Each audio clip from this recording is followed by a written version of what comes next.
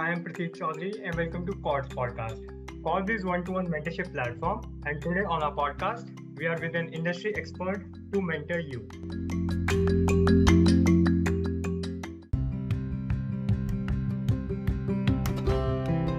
My guest for today is an entrepreneur who is working closely with farmers and making impact in their life using his expertise in innovation and entrepreneurship. So I welcome founder of Innovio Exports, Vaibhav Sharma. Vaibhav has done his masters in innovation and entrepreneurship from Europe, worked with multiple companies like Biomview, Amandus IT Group, started his own startup called Imprego, which also became part of government incubator, and now currently working with Farmers Act, Innovio Exports. For a fun fact, Vaibhav is Hindustani classical singer and a blogger too. So, hi Vaibhav, how are you? Hello, Pratik. Thank you so much for inviting me to your podcast, and I look forward to answering all your questions. Yeah, I am also really interested and excited to know your story. So, Vaibhav, feel free to share your story and please tell exactly what you do at Innovio Exports. And then we can move to a specific question that we have for you. Sure. So, what we're trying to achieve at Innovio Exports is that we are connecting with farmers across India, and as we all know, that the agricultural sector is segregated into there are small and marginal farmers, and then there are bigger farmers, and there are big middlemen as well. So, it's a very interesting space. However, the majority of the farming that is being done in India is related to the staple food, for example, wheat or maize or cotton. These are the things that the farmers focus on generally. However, there is also another aspect or another farming that is being done and which is also quite lucrative that they're not aware about, and that is the farming of aromatic and medicinal plants. Okay. So the government has a whole department and working on it. So basically it is the Directorate of Aromatic and Medicinal Plants, and they have like multiple research organizations as well. So what I'm trying to explain here is that there is a section of farmers who cultivate things like mint, for example, whatever uh, products we use today. Considering like you have your spearmint chewing gum, you have your toothpaste or anything which involves a minty sort of flavor, it comes from spearmint or peppermint or Japanese mint. So these are some of the mint that is produced from the aromatic farming. Now, what happens is that these kind of this kind of farming is done in pockets. So, for example, you have UP region where there is more of that the land is more fertile, so it is prone to grow certain kind of aromatic crops. Similarly, you have Kashmir region where you have lavender, you have South complete, for example, you have Kerala where you have great spices.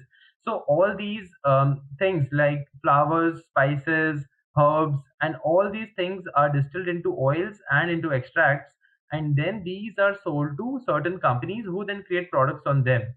So, for example, all the products that you get where you have the aroma and the flavor, these are made using the essential oils from the aromatic plants. So, what we are trying to do is that we are trying to connect these kind of marginal farmers with the international companies, particularly in France and in other parts of Europe, because we are already aware of the market there and we know the kind of challenges when it comes to dealing with European companies. So that is the whole essence of Innovia Exports. Okay. That's really interesting because everybody is not doing that and you have chosen really a niche field. Nice. So, Vaibhav, as you have done your master's in entrepreneurship from Europe, and why not you just started with any another idea, say in India only? Because everyone say college is not for entrepreneurship. In fact, some of people say it's just a bad investment. Then why did you choose to do masters in entrepreneurship? Why didn't you just started with your journey of entrepreneurship? Uh, See, I did start with my journey of entrepreneurship, and that is when I realized that to actually become a good entrepreneur, you need certain things, and more than anything, of course, you need an idea, you need perseverance, you need everything. Like all these are common things, but it is a business at the end of the day. And to run a business, you need to understand a business. And as engineers, it depends on how much time you have spent on learning about it. But in general, engineers are really not aware of many things that we should be. For example, we don't know how to make our accounts. We are really not aware of corporate finance or of strategies or anything. What we think of business generally comes as, marketing or advertisement or promotional base. So these are some of the things where we think that, okay, so these are the commercial things, and as even as engineers, we can, once we have a product, we can just focus on marketing. But that's not the end of it. There's a lot of things that you need to care about. You need to think of how are you going to think of a market. First of all, how are you going to put that in numbers? Because you can think of a market, you can create a product, you can go and experiment with it. But do you know how to put it in numbers? Do you know how to think of it, that okay, how will I scale this in the next 6 months? So you need to understand all of these things. And particularly, you don't really need a master's in entrepreneurship as such. But for me, the course seemed to be very interesting, because the course, it offered me a chance to visit Silicon Valley for 10 days and to visit certain companies, like the big tech companies. And the other thing was that there was a live business case where we dealt with a real business case for a complete year. So these were like some of the very interesting things. And the university is quite reputed, and the place is quite, it's just a small place, but even then there's great opportunity, because there are more, like a lot of international students and everything. So I thought it is a it's quite niche, it's quite interesting, and I will get the opportunity to learn from peers, as well as I can go around and I can see things, how things happen. And once I am able to develop that kind of a mindset, that would really enable me to, it would open up my mind, it would give me a lot of ideas, and it would also give me the confidence to do something in, a separate thing. And the most important thing is that I'll have the knowledge, the basic knowledge, to scale things, to make things. And that is very much required, because after a point of time, we start getting frustrated when we don't understand things. Hmm. So basically, for knowing basics thing to run a business and for the confidence, you decided to go for masters. That's really great. So let's talk about starting a venture. So what are the basic tips or the basic key points to know before starting a venture? Say someone is just having an idea. So what are the key points to know before starting a venture? Well, it is a interesting question, but to start a venture, the first thing that you need is to understand. See, there are two things, right? One thing is that you need to know your business, whatever it is, in whatever industry it is. If you are trying to create a product, you're trying to create a service, or you don't have any idea, but you're just trying to solve a problem. You just think that you can add some value in it, or you just want to start your own. For example, you want to start your own pan ka galla. That is also a venture, right? So anything could be a venture. But then at the end of the day, you start selling your product. Or first, you need to think of your product. Second thing is that you need to think of your customer. So once you know that, okay, this is the product that I want to either create or sell, and then I know that which is the customer that I want to target, then you start identifying your market, right? So that is where it comes into finding your product market fit. And that is the biggest challenge of the whole venture, because once you're able to establish that, then the other things would fall into place. But the initial and the most challenging part is where you have to think of your idea, convert it into a prototype, and then test it into the real market, whatever your market is. So that is also a job, to identify what your market is. And you need to keep on iterating, because you need to first make an assumption. You need to support your assumption by data and validation through experts. Then you need to test it in the real market. Then, based on your learning, you need to pivot. Then you keep on pivoting until you find the real product market fit. And once you are able to do that, and you're able to start making some revenue out of it, then you can think of starting your own company. But my recommendation would be to open your, like, the whole compliance part, wherein you start your company and everything, should be done in the first 2 3 months, because it takes a little more time here. And once you have your own company and you have to take care of your legalities and everything, it's also a burden on you, which gives you the need to do things faster, because then you also have to follow a lot of things where you are more responsible, your norms. So it gives you more responsibility as well. Otherwise, what happens is that sometimes, if your project, whatever idea you're working upon, after a point of time, you start feeling that okay, so it's not working out, and I might want to go for a master's. I might want to go, I might want to get another job or something. So you won't be compelled to continue with your venture because, of course, it is not even a venture. It was just a project that you were doing. So yeah, these are some of the things. Very true. So yeah, we have talked about the key points how to start a venture.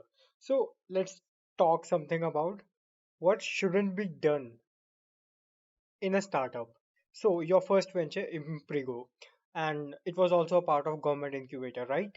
Correct, correct. Yes. So yeah, and it was not so successful, yeah. So it was your first venture and it was not so successful. So what are the key learnings from that startup, that venture, and what are the key points that we should not do in a startup? Okay, so I think that's a great question because it is very important to think of the things that we should avoid, right? So how entrepreneurs should think is that they should make a list of all the things that could go wrong. Okay, so if you're thinking of starting a venture, take like whoever is your co-founder, sit together with them and think of all the things that could not work out. For example, the first and the most common thing is that after 6 months you will not be able to commit to the project because you will either have commitments to your job, you will have to respond to your parents, you will be fixed in certain some sort of thing. So will you be able to commit to the project 6 months or 1 year down the lane when you will have zero revenue and you would have spent around 50,000 to 60,000 or maybe 1 lakh 2 lakh rupees? So can you do that? If yes, then go ahead with it. And if no, then how do you start a venture which is less cost intensive or which demands less of your time? So list down all the problems that you could have. Other thing is that will your partner or your co-founder be able to stay with you, and what is the kind of role that they would want to play in it? That would you both want to work on the same things and increase the efficiency of that, or would you want to divide it from the initial phase and you would want to focus more on the product side and the other person would want to focus more on the marketing side? Or however, there should be a very good understanding between the two people, right? So write down all these things and then try to figure out what could go wrong, and then be honest with yourself about can you sustain all these things down the lane and still work on your company and make it successful. Mm-hmm. And even which can even pay you and you don't get bored also. The main thing I feel, people get bored easily. They start with enthusiasm, but after few months when there is no reward, no return, the company didn't pay them, so they start getting bored and they lose all the motivation factor. Yeah. Yeah, because see, entrepreneurship is not a fun project, right? It's not something that you can just do it to enjoy. It's not about enjoying the whole part of it, because we enjoy when we feel secured. Okay, so first thing is that we need to be secured, right? If you're in college, you go for a project, entrepreneurship college, okay, cool. Doesn't work out, doesn't matter. We are anyway going to go for our classes, and at the end of the day, we'll get jobs or something, right?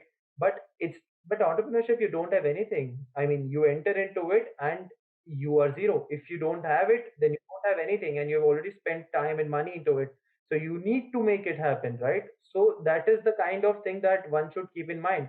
And it's all about commitment. If you can't commit to your project for more than 6 months, then there is no point of starting a company, right? If you just want to experiment with it, go ahead and you can experiment with your job, or even if you are I don't know, whatever is your situation, you can go ahead and experiment with. But experiments don't, like, 99% they won't work out. 1%, yes, it could convert into something bigger as well. We don't know, right? And Hmm. even I was listening to Paul Graham of Y Combinator, and he told the same thing, that a lot of projects, for example, they are their summer projects or their projects which convert into other projects as well, but the probability of that is very low. The maximum probability of one getting success is when one is totally committed to it. At least one person has to do it.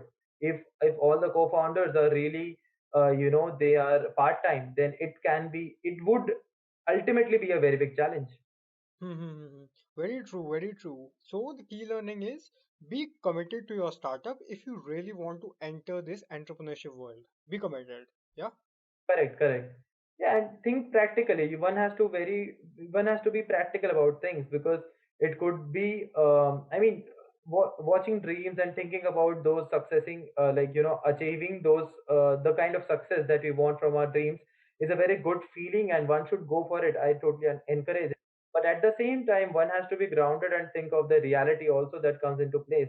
So unless you have a lot of cash or unless you have financial support with you and you are ready to go forward with experimenting with your life and with your project and with financial support and moral support from your parents, then one should go for it. Otherwise, if you are really stuck in other things, uh, sort your life before you go into entrepreneurship. Very true, very true. So, Vaibhav, you have been around 2 to 3 years in Europe, I guess, yeah?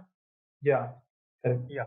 So, what is it the key learning from your side, from the Europe, which you see India have a potential and we can use them, but we are not using them properly? So there are very like there are a lot of things that we can learn from each other, right? That is the whole beauty of international trade and intercultural management and all these kind of things.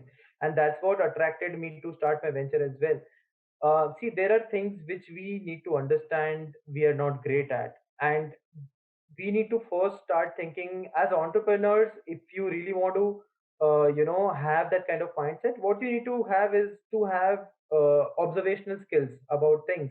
So you need to think of because our problems are everywhere, you need to have the eyes to observe them. And once you observe a problem, then the next point is to start thinking of solutions. And how you are going to find solutions is two things: either you read a lot about them, you watch a lot of things, and then you sort of have an idea about it. Or the second thing is that you have experiences. Once you have experiences, you have your own mindset in a way where you can start thinking of different ideas, right? So what happened with me is that when I went to Europe and I tried to experience as many things as possible. So I tried to visit other companies. I tried to connect with multiple people from different nationalities, and that's the beauty of Europe, that you can talk to, you can connect with multiple nationalities. You can learn about their problems. You can start seeing how those companies respond there, what is the kind of attitude that those people have. And because every culture is different, Germans will be different. Germans are more prone to be efficient, and they're bound to their times. Hmm. French people are also they are a little free in the way that they are more on the creative side. They like to take more things on their. For example, they take bigger lunch breaks, and they always leave early. But even then they are able to do their work efficiently in a way that is a little more creative. But they won't have the same kind of machinery effectiveness. That is what you can see in the industry as well. So it all depends upon the culture, and that's the beauty of Europe. And from the learnings that I got there is that we need to adapt.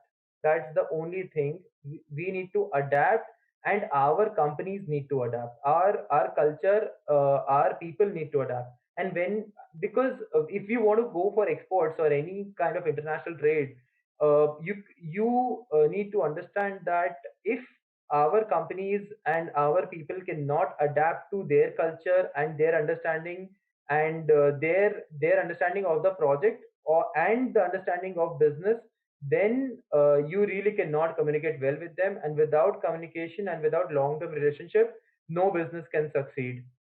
Hmm. Very interesting point you said here. We need to adapt.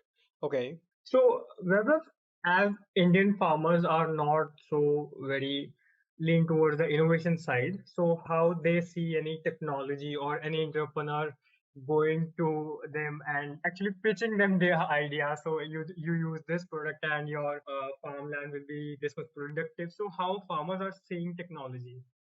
So I think it depends on the farmer where they are based. Particular, for example, if Gujarat you take, the farmers are quite interested in new technologies as well. The thing is that you need to establish a relationship with them. That's all. And see, technology is always an enabler. Technology comes later. first thing is your communication and your relationship with them and how you really want to solve the problem. Because without the problem, what is the use of the technology? So first, establishing the problem takes time. First, communication, relationship, and then establishing the problem, and then to really solve the problem efficiently, then technology comes into place. So technology is always going to be an enabler because, for example, if I start like considering farming of aromatic crops, so I know other startups as well who are, for example, they're using hyperspectral imaging, or some of them are using IoT, or there are a lot of different kind of startups that are using amazing technology in the agri-tech sector. And the point is that we also want to eventually help farmers with these kind of technologies. But our focus here is to connect to the buyers, because at the end of it, if you observe the Indian agricultural overall market, like the statistics for the agricultural exports, then what you observe is that we are really not able to convert our produce into exports, and our exports are very less. Even you can take you can take fruits and vegetables, or you can take even the supply, which is, for example, wheat or maize or anything. So we are producing a lot, we are in surplus, but we are not able to convert that into exports. So where is the missing link then? The missing link is in our ability to convert our produce into a lucrative export opportunity. And that is where we need to come in. We need to give them hand holding. We need to guide them about the right kind of market that they should be prepared with. So if we know the trend for the market, then we can ask our farmers to produce the same kind of crop. Then we can ask other kind of technologies or startups or any kind of support that we need. We can even try and we will have our own technology as well, of course. So we can use that. That will be the second or third step, and then their produce will be sufficient enough, and they will have a fixed market. That is the main thing. Because if you don't give them a contract, if you don't give them a fixed market, they are never going to produce for you. Very true. Okay, so basically you are maintaining a balance between you are acting as a mediator between a buyer and a seller, no? Yeah. Correct, correct. But also the fact that we are not creating a marketplace, like, it is not about, we are not making an Alibaba here. What we are trying to do is that we are trying to create a group of efficient people here. And by that, what I mean is that, see, the kind of data that we collect when we deal with farmers and with MSMEs as well is that we try to categorize them, and and when we deal with them, we gather a lot of data about what is the work that they're doing, what is the quality of product that they're producing, and what is the communication style, and a lot of data about them. And based on that data, we try to create filters and to make a group of people, so that once we have communication with the right buyer, and whenever there is an inquiry, we are able to filter out, and we are able to create a very efficient communication channel with the most suitable supplier, whoever is the farmer or the MSME. And in that way, we create a simpler channel, and we also have the right kind of knowledge to share it to the buyer. So that creates a efficient channel for the whole exports. And the other part is to then also create. So there are a lot of different kind of things about FPOs and farmer groups and everything. However, this is the crux of it. Got it, got it. So talking about innovation, how innovation is bringing livelihood to the farmers, how is their lifestyle or have been improved, or how they are making more money, which eventually make their life good. And any success story of the farmer you would like to share? Yeah, yeah, Anything? absolutely. I mean, see, innovation, we need to understand innovation first of all. Innovation can be done in product, in process, or in your mindset as well. Innovation could be done anywhere. What is innovation at the end of the day is all about efficiency. So the more efficient you make a process, so what happens is that when I went to Christensen Institute in San Francisco, and they give a simple answer for disruptive innovation. They told that disruptive innovation is something that reduces the cost of a product, and at the same time they are able to reach the product to a mass market. So when you create something, a service or a product where you have increased the efficiency, reduce the price of it, and you are able to sell it to a mass market as well, then it is a disruptive innovation. Until then, it could be an innovation, but it will not be viable in the market, right? So Tesla could be an innovation before six years as well, but it wasn't very much affordable. So we could not say that it is a disruptive innovation, right? So one needs to understand the kind of innovation that they're doing. When it comes to farmers, see, as I told before as well, there are multiple ways to increase the efficiency of the crop. There are multiple ways to increase, the whole sector of farming, the produce. But the other way you can think is that is there an efficient way to increase their sales as well? Or is there, for example, a farmer is doing the traditional farming, can he start with aromatic farming? Can he try and do intercrop? Can he do other things as well? That is also an innovative thought. And how you convert that into a practice is your strategy, right? So that is also innovation. And when it is converted into execution successfully, that is a complete project, right? So that is also kind of innovation we need to think. Hmm. Okay. So that's very insightful answers, that's really interesting. Okay. So, Vaibhav, what is the next emerging industry you see for any entrepreneur to step in?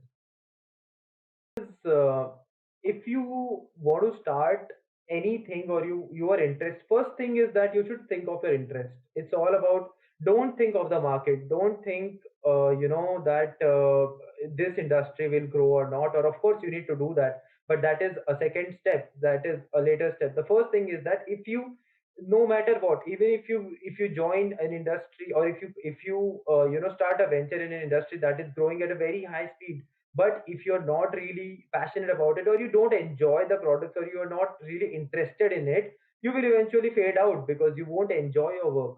So first thing is that, think of your interest deeply, that what is it that really interests you, whatever product line, whatever industry line, what is it that you have been tracking for the last 1 year, which industry or which product or which company do you think is making a great impact, and you think that this is the kind of products that would be really, I would be interested by it. So think in that manner. And then the next step would be to start thinking that, okay, once you have an idea that, okay, for example, I want to go with the e-commerce, or I want to create something, of a communication platform or a network, or there are so many things that are coming up now. So once you start doing that, you need to start thinking of your prototype and your idea. And once, so start building a prototype, and then start selling it off however you can. Try and get in touch with people, and then once you have the feedback, you can start thinking if that is worth doing or not. Because see, eventually, going to a VC, or even thinking of going to a VC, is at a very later stage. Because initially it's all about realizing that, do you really, can you enjoy the space?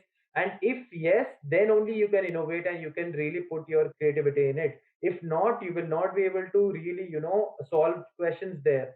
And then you won't be able to really innovate.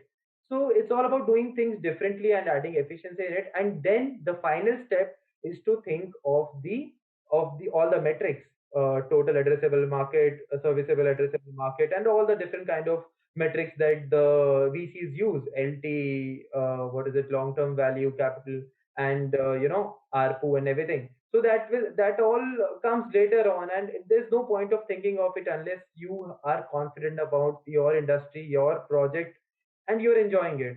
So if you're good with that, you can go forward with it. Yeah. In fact, I believe customers are the biggest investor, not the VCs. Yeah, yeah, absolutely. Customers will not come easily.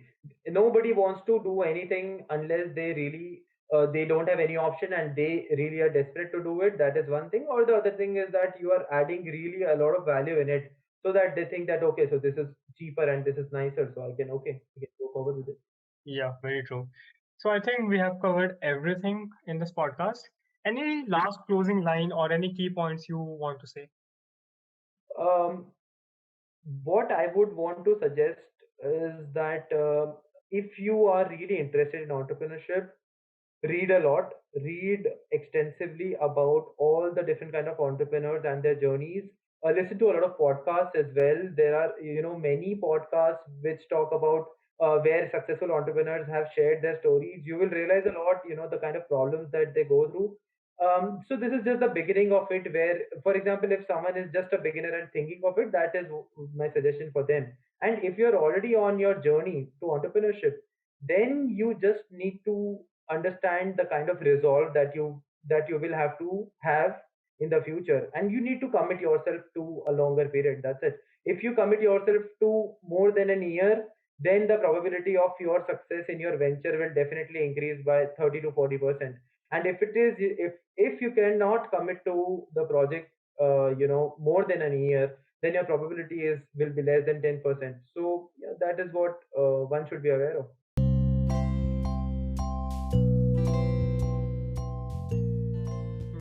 Very true, very true. To have any venture, we need to commit to it. It's really important, really important. So, and the other aspects we learn from this podcast is communication is the most important thing in any venture.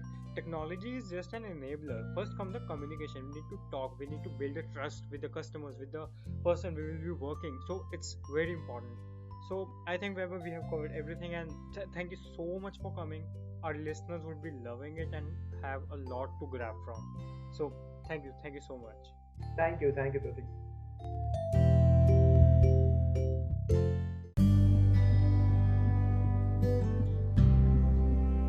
So, listeners, that's all for today. See you next week with a new industry expert, a new story to learn from.